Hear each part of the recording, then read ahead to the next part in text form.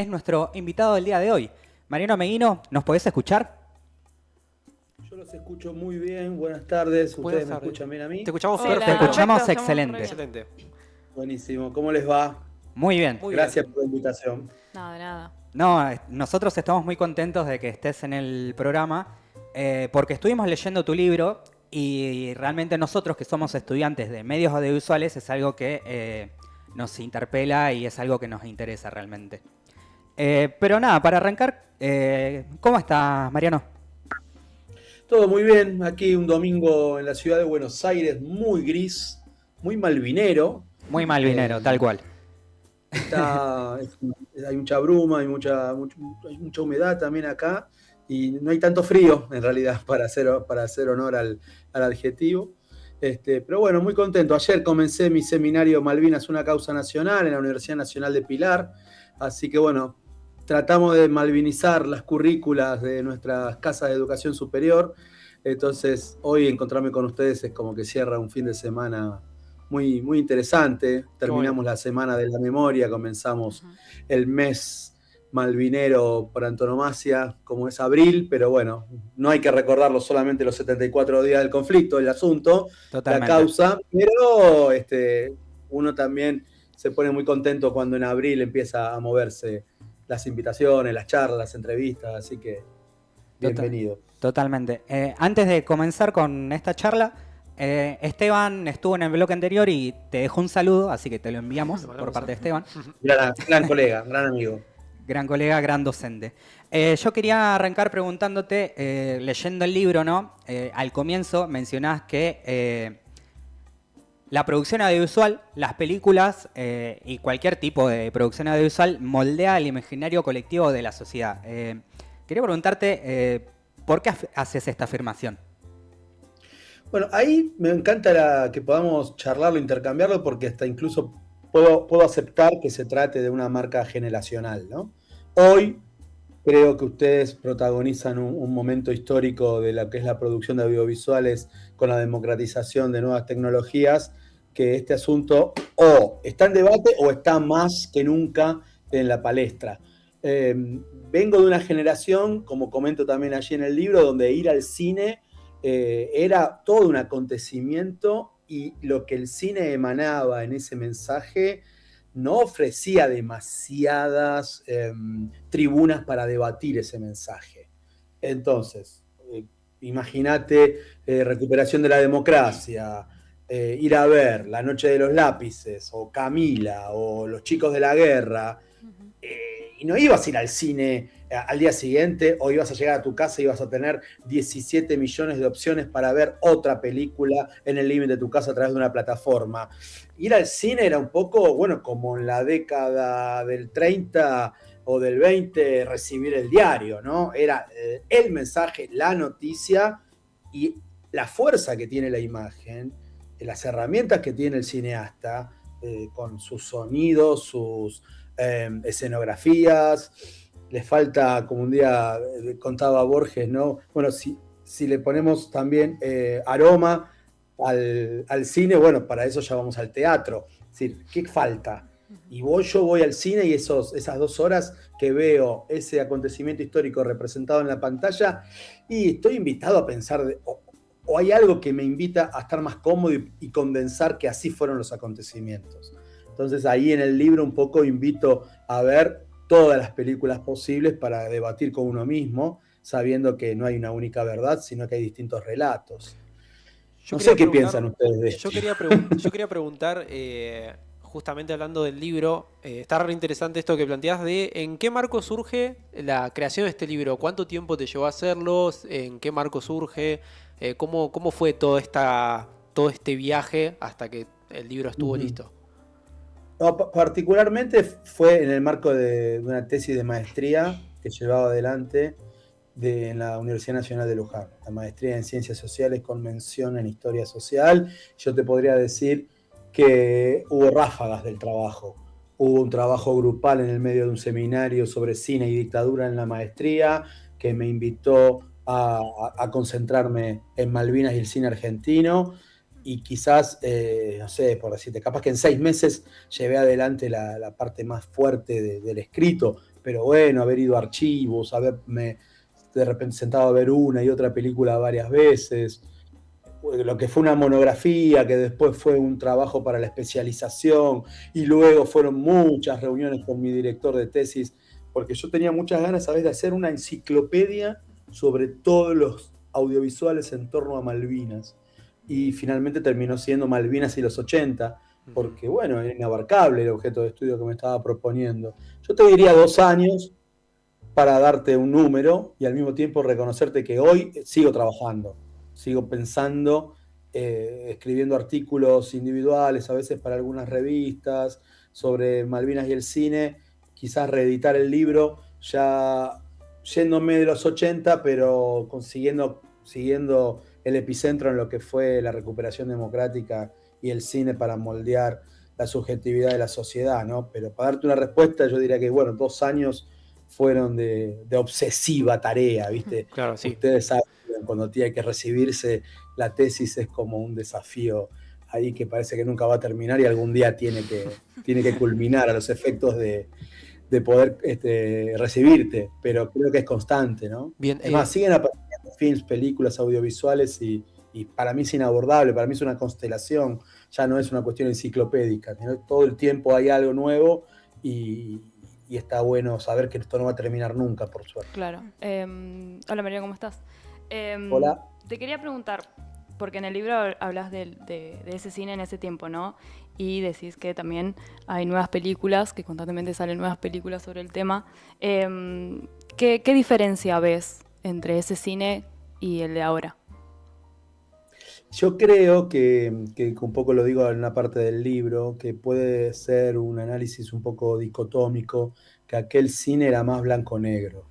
O sea, o era el chico víctima de la dictadura, o el soldado que se moría de frío y de hambre, y toda la película tenía ese eje protagónico en el discurso, o era la gesta patriótica de una causa justa, o eran militares torturadores, o se trataba de una guerra absurda.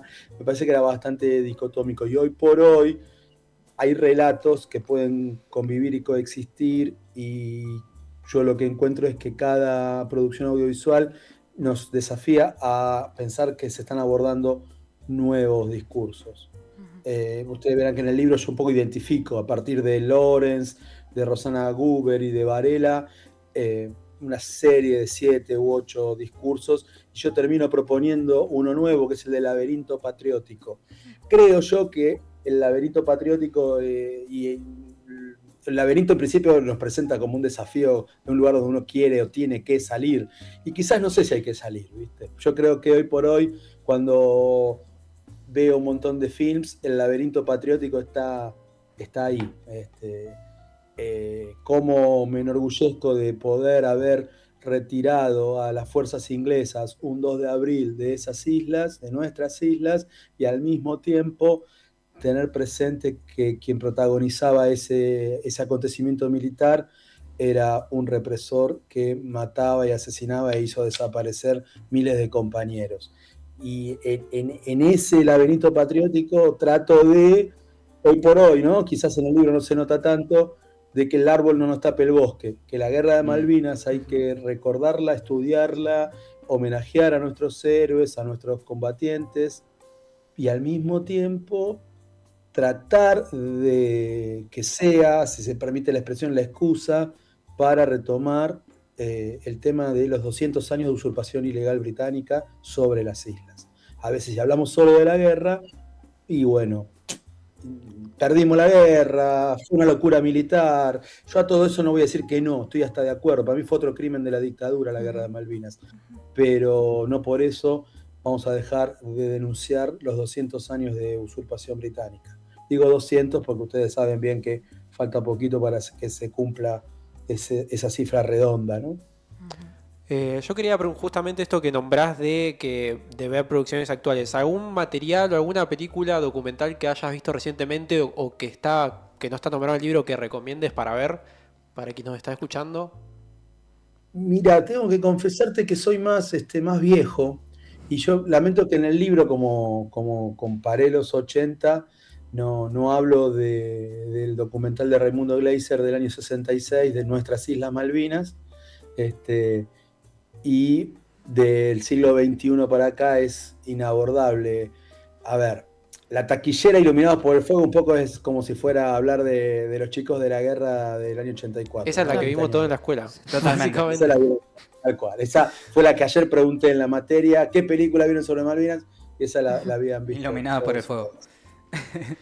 Pero de repente, hoy yo creo que, sin ser de las más nuevas, Soldado Argentino Solo Conocido por Dios, en 2 horas nos invita a un debate actual con respecto a la identificación de las identidades de los combatientes caídos y el equipo argentino de antropología forense. El film está hecho justo antes de comenzar ese trabajo y plantea un debate que hoy hace falta una nueva película, alguien que de repente no goza de mi amor como Nicolás Casanseu, pero no tengo por qué, él no está ni enterado de esto. Pero un día en una entrevista dijo, todavía no nació el director de cine que haga la verdadera película sobre Malvinas. Y yo dije, la pucha, que creo que no hay la película de Malvinas en principio que sea una película de guerra, de cine de género bélico. Claro. Entonces, El Soldado Solo Argentino por Dios, Soldado Argentino Solo Conocido por Dios, es una peli que hay que verla, pero enseguida hay que seguir debatiendo y estudiando asuntos, ¿no? En cortometraje me gusta mucho Guarisove. Ustedes seguramente, no sé si la habrán visto, de War is Over, pero se castellaniza con Guarisove. Los últimos, también me encanta, tiene un discurso, me gusta mucho más la que tiene el discurso anticolonialista, antiimperialista. Bien. Los últimos la llegaron a ver, es del 2008, ahora no me acuerdo bien su... Esa yo no la vi. No, yo tampoco la vi. Así que ahí para revisar. Sí, véanla, porque es un grupo de combatientes que sin saber que había culminado la guerra, parecido a Guarisove, pero ellos siguen combatiendo y pasan cosas muy interesantes semanas después. Los últimos se llaman. Bien. Los últimos. Es del Excelente. 2008. Te queríamos preguntar, ya que no estás por la isla, estás en Buenos Aires, ¿cómo se vive allá en Buenos Aires el 2 de abril? Acá vio Mira. que está la vigilia, estamos todos vamos Reunidos. a pasar allá con los veteranos. Ujú. ¿Cómo se vive allá? Por lo menos yo desconozco. No, es interesante y tengo que ser honesto. Me gustaría responderte lo que yo voy a vivir Claro. y en 20 millones de personas que estamos en esta mancha urbana, que es la ciudad de Buenos Aires, el área metropolitana, puede haber distintas realidades, ¿no? Para mí es imposible pensar en unas vacaciones, en un feriado del 24 de marzo que no sea ir a la marcha, o mismo el feriado del 2 de abril que no sea ir a una vigilia. En la Universidad Nacional de Pilar, donde yo actualmente estoy siendo docente, en la ciudad de Pilar hay una réplica del cementerio de Darwin. En Pilar está el cenotafio y el centro de veteranos realiza allí una vigilia muy, muy importante para la región norte del conurbano bonaerense, y toda la comunidad de Pilar se mueve en función de asistir a la vigilia con caravana, con mis estudiantes de comunicación digital que van a hacer un streaming hasta las 24 horas, cantar el himno y luego al día siguiente temprano estar nuevamente en el evento de homenaje y de conmemoración al Día del Veterano y la Veterana, pero también muchas otras personas transitan con otra agenda, agenda de temas, ¿no? Pero mira, en las escuelas el tema está presente, en los colegios, eso marca también la agenda familiar y mediática, por lo menos del ciudadano de a pie, y luego de esta marcha que tuvimos con 1 millón de personas en la calle del 24 de marzo, este 2 de abril no va a pasar desapercibido. Pero te voy a reconocer, como te digo, hay distintas realidades en función de la gran cantidad de personas que vivimos en esta mancha urbana. Conozco que en Río Grande, que en Ushuaia es diferente, y yo siempre digo, todo argentino y argentina de bien, antes de morir, debe pasar una vigilia al menos en Río Grande. Se la estoy debiendo a mi amigo Esteban, porque, bueno, te digo, siempre, por suerte, tengo otros 2 de abril más cercanos a mi casa, digamos, por una cuestión de viajar, de guita, ¿no? De plata para poder viajar, que donde es importante también estar, ¿no? No, Pero claro. claro, ustedes viven es lo más hermoso para mí que todos deben conocer en la Argentina, ¿no? Sí, totalmente. Nosotros como fuinos y como riograndenses, esta fecha es algo que lo llevamos a flor de piel y todos los años estamos presentes en la vigilia. Mariano, quería hacerte una última pregunta porque ya nos estamos quedando sin tiempo. Quería preguntarte, es algo que también le preguntamos a Esteban. Hay muchas producciones hoy en día que quizás abarcan distintas aristas. Como bien decías, hay películas que quizás glorifican la gesta de Malvinas. Hay algunas otras películas que denuncian el colonialismo británico y otras que denuncian el golpe militar. Yo quería preguntarte, ¿sentís que hace falta algún otro abordaje a nivel audiovisual respecto al tema Malvinas? Sí, para mí, a mí un día me preguntaron, yo no soy guionista, pero yo haría un film que denuncie el zigzagueo diplomático británico, haciendo énfasis en la resolución 2065 y cómo nos fueron corriendo la banderita en las negociaciones diplomáticas, cómo nos hicieron una trampa, que los dictadores fueron muy otarios, fueron muy inútiles en lo económico, en lo militar, con la violación de derechos humanos fueron unos criminales, como también cayeron en esa trampa en función de lo que es el enemigo, lo que es el adversario, lo que es el imperialista. Entonces, yo siempre me imaginaría una película que arranque con un diálogo a la salida de la ONU en el año 65, después de la resolución 2065, donde los británicos estarían diciendo, uy, la puta, cómo nos... Perdón, ¿no? Cómo nos... No hay problema. Cómo nos, argentinos, cómo nos sorprendieron con esta maniobra.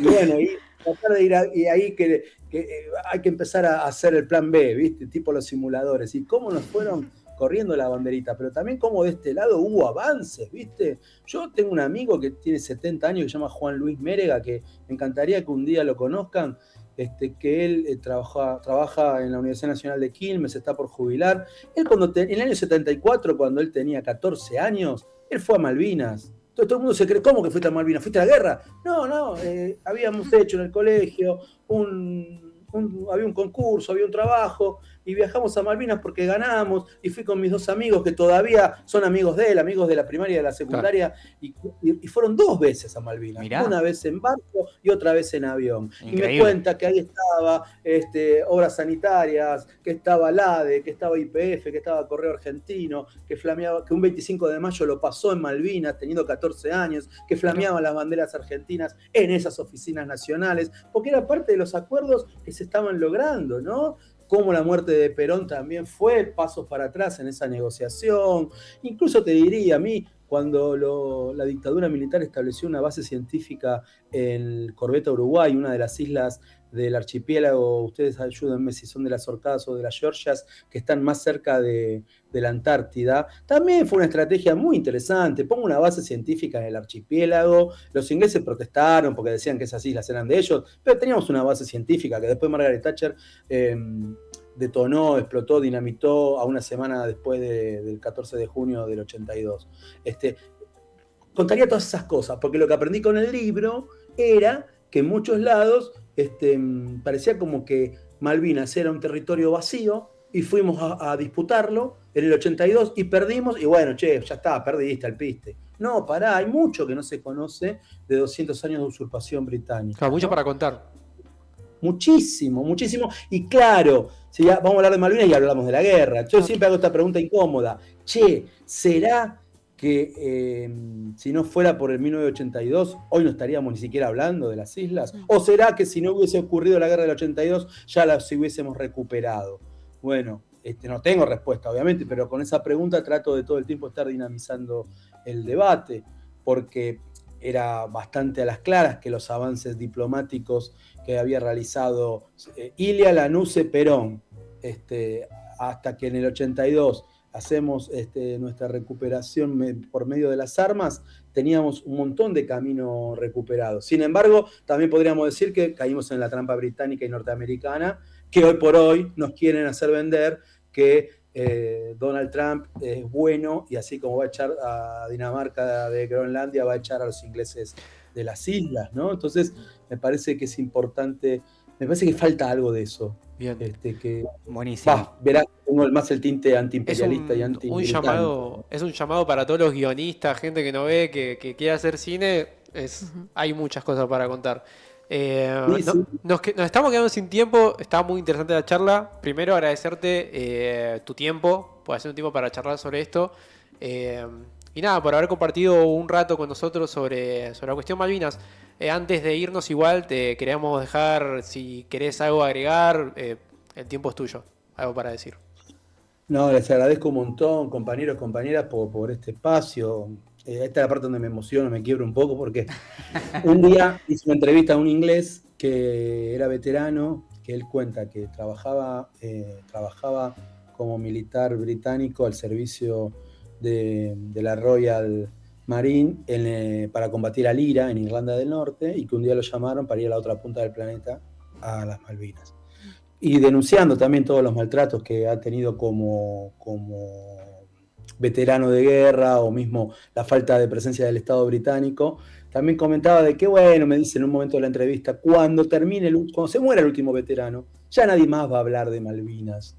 Esto pasa en todas las guerras. Claro, estaba hablando con un soldado de un imperio que tienen un montón de guerras encima. Y yo digo, la puta, qué equivocado que está este hombre, pero igualmente a algún entrevistado siempre lo respeto y trato que siga hablando y tratar de sacar información, pero después cuando estoy solo con la pluma digo, qué equivocado que está este hombre, porque aquí en Argentina, algún día, por una cuestión, digamos, natural y humana, el último veterano no estará más con nosotros, como ya no están casi con nosotros las abuelas, las madres. Sin embargo, cada marca, cada tatuaje, cada remera, cada bandera, cada uno de ustedes que está recuperando esta causa, nos permitirá seguir construyendo la patria que necesitamos construir, ¿no? Nuestro Atlántico Sur, que está siendo devastado, cada vez que nos falta una jeringa en un hospital, un sueldo en una universidad, saber que las riquezas de nuestro pueblo están siendo dañadas, usurpadas, saqueadas en el Atlántico Sur, ¿no? Y bueno, así como todos nuestros soldados, nuestros combatientes que perdieron la vida y todos los que todavía están en la lucha cotidiana para que este tema para que no tenga razón este veterano inglés, ustedes también están haciendo parte de eso, así que bueno, les mando un abrazo grande. Muchísimas gracias, Mariano. Mariano, suscribo totalmente tus palabras. Gracias por haber dicho, creo que vos lo pusiste mejor en palabras de que cualquiera de nosotros podríamos haber puesto. Así que nada, muchas gracias por esas últimas palabras. Y bueno, quizás más adelante también ahí charlaremos más adelante. Te esperamos algún 2 de abril acá. Claro, te esperamos para la entrevista presencial. Ya está, ya voy viendo vuelos, algún vuelo barato. Pero me encantó conocerlos y les mando un abrazo grande, en serio. Un gusto, Mariano. Un abrazo, enorme. muchas gracias. Muchísimas gracias. Muchas gracias. Adiós. Luego.